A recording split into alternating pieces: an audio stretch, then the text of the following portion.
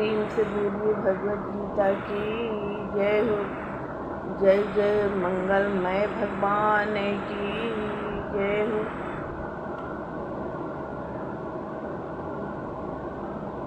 श्री कृष्ण गोविंद हरे मुरारी, हे नाथ नारायण वासुदेवा। श्री कृष्ण गोविंद हरे मुरारी, हे नाथ नारायण वासुदेवा।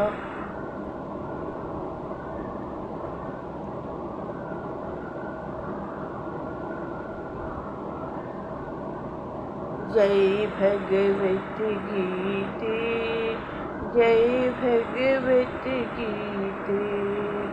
हरि कमल विहारिणी, सुंदर सुपुनीते। जय भगवत गीते। कर्म सुमार्म प्रकाशिनी, कामासक्ति हरा। तत्व ज्ञान विकासिनी, विद्या ब्रह्म परा। जय भगवत गीते।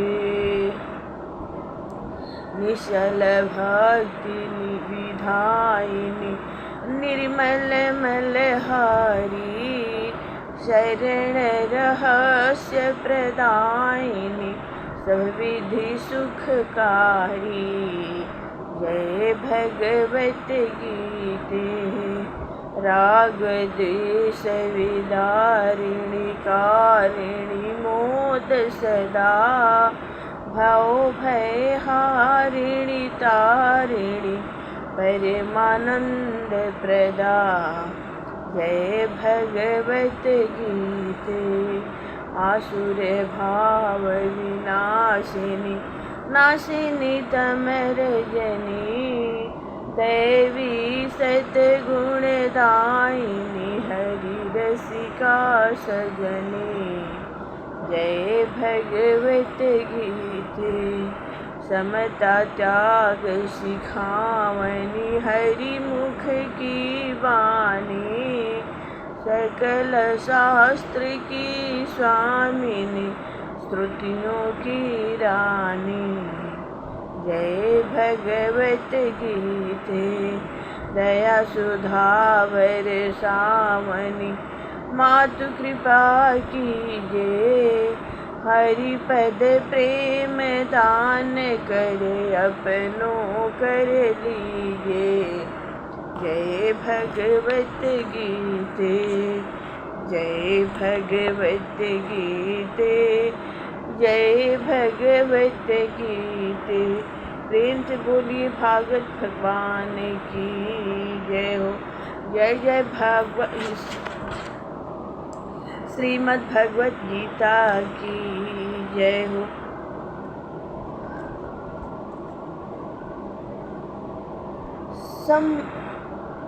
दूसरा अध्याय का बहुत ही सुंदर कथा है, प्रेम से सुनिए। समबुद्धि युक्त पुरुष पुण्य और पाप दोनों को इसी लोक में त्याग देता है, अति उनसे मुक्त हो जाता है।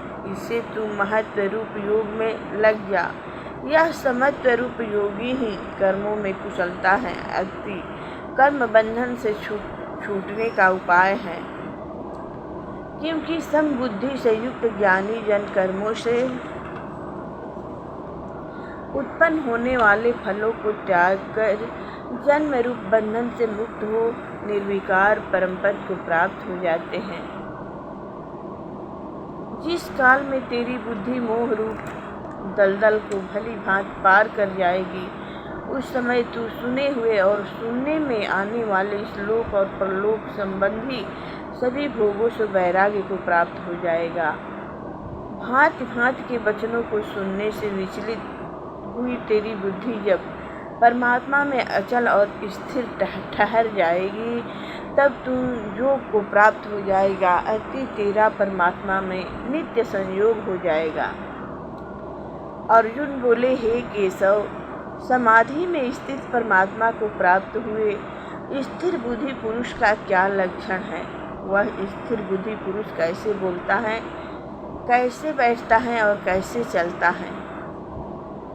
श्री भगवान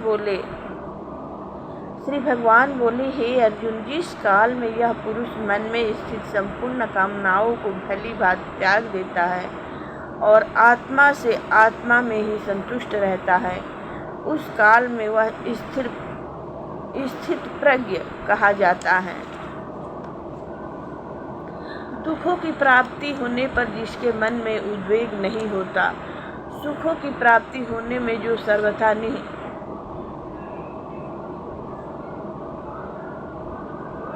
तथा जिसके राग, भय और क्रोध नष्ट हो गए हैं, ऐसा मुनि स्थिर बुद्धि कहा जाता है। जो पुरुष सर्वत्र स्नेह रहित हुआ, उस शुभ या शुभ वस्तु को प्राप्त होकर न प्रसन्न होता है और न द्वेष करता है, उसकी बुद्धि स्थिर है। और कछुआ सब ओर से अपने अंगों को जैसे समेट लेता है, वैसे ही जब यह पुरुष इंद्रियों के विषयों से इंद्रियों को सब प्रकार से हटा लेता है, तब उसकी बुद्धि स्थिर है, ऐसा समझना चाहिए। इंद्रियों के द्वारा विषयों को ग्रहण न करने वाले पुरुष के भी केवल विषय तो निवृत्ति हो जाते हैं, परंतु उनमें रहने वाली आसक्ति निवृत्त नहीं होती। इस स्थिति प्रज्ञ पुरुष की तो आसक्ति भी परमात्मा का साक्षात्कार करके निवृत्ति हो जाती है। हे अर्जुन, आसक्ति का नाश न होने के कारण ये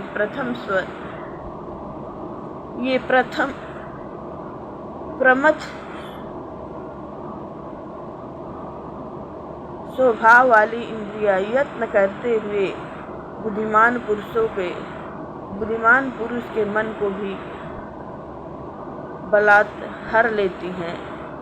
इसलिए साधकों को चाहिए कि वह उन संपूर्ण इंद्रियों को बस में करके समाहित चित्त हुआ मेरे परायण होकर ध्यान में बैठें, क्योंकि जिस पुरुष की इंद्रियां बस में होती हैं, उसकी बुद्धि स्थिर हो जाती है। विषयों का चिंतन करने वाले पुरुष की उन विषयों में आसक्ति हो जाती है। आसक्ति से उन विषयों की कामना उत्पन्न होती है और कामना में विघ्न पड़ने से क्रोध उत्पन्न होता है।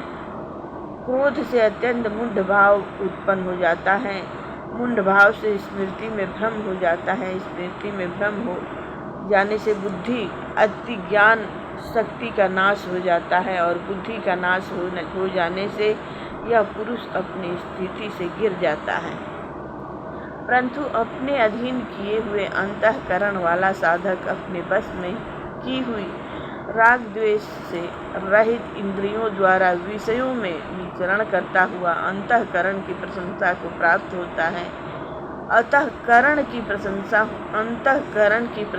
होने पर इसके संपूर्ण दुखों का अभाव हो जाता है और उस प्रसन्न चित्त वाले कर्मयोगी की बुद्धि शीघ्र ही सब ओर से हटकर एक परमात्मा में ही भली भांति स्थिर हो जाती है।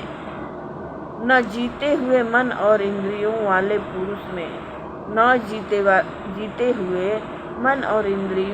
पुरुष में निश्चयात्मिकता बुद्धि नहीं होती और उस अयुक्त मनुष्य के अंतःकरण में भावना भी नहीं होती तथा भावनाहीन मनुष्य को शांति नहीं मिलती। और शांति रहित मनुष्य को सुख कैसे मिल सकता है? क्योंकि जैसे जल में चलने वाली नाव को वायु भर लेती है, वैसे ही विषयों में विचरती हुई इंद्रियों में से मन जिस इंद्रियों के साथ रहता है, वह एक ही इंद्रिय इस अयुक्त पुरुष की बुद्धि को हर लेती है। इसलिए हे महाबाहों, जिस पुरुष की इंद्रियों के विषयों से सब प्रकार निग्रह की हुई है, उसकी बुद्धि स्थिर है। संपूर्ण प्राणियों के लिए जो रात्रि के समान है, उस नित्य ज्ञान स्वरूप परमानंद की प्राप्ति में इस स्थित प्रज्ञ योगी जागता है और जिस नाशवान संसारिक सुख की प्राप्ति में सब प्राणी जागते हैं, परमात्मा के तत्व को जानने वाले मुनि के लिए वह रात्रि के समान है। जैसे नाना नदियों के जल सब ओर से परिपूर्ण अचल प्रतिष्ठा वाले समुद्र में उसको विचलित न करते हुए ही समा जाते हैं, वैसे ही सब भोग जिस स्थित प्रज्ञ पुरुष में किसी प्रकार का विकार उत्पन्न किए बिना ही समा जाते हैं, वही पुरुष परम शांति को प्राप्त होता है। भोगों को चाहने वाला नहीं। जो पुरुष संपूर्ण कामनाओं को त्याग कर ममता रहित, अहंकार रहित और हुआ विचरता है, वही शांति को प्राप्त होता है। अति वह शांति को प्राप्त है। हे अर्जुन, यह ब्रह्मा को प्राप्त हुए पुरुष की स्थिति है। इसको प्राप्त होकर योगी कभी मोहित नहीं होता और अंतकाल में भी इस ब्राह्मी स्थिति में स्थित होकर ब्रह्मानंद को प्राप्त हो जाता है। प्रेम से बोलिए भगवान विष्णु की जय हो। द्वितीय अध्याय समाप्त। श्री कृष्ण गोविंद हरे मुरारी, हे नाथ नारायण वासुदेवा, हे नाथ नारायण वासुदेवा, हे नाथ नारायण। कथा विसर्जन होते हैं, सुनहु सकल सदेव। जो जन जहाँ से आए हैं, तह तह करम निवास। सियावर रामचंद्र की जय, पवन सुत हनुमान की जय हो।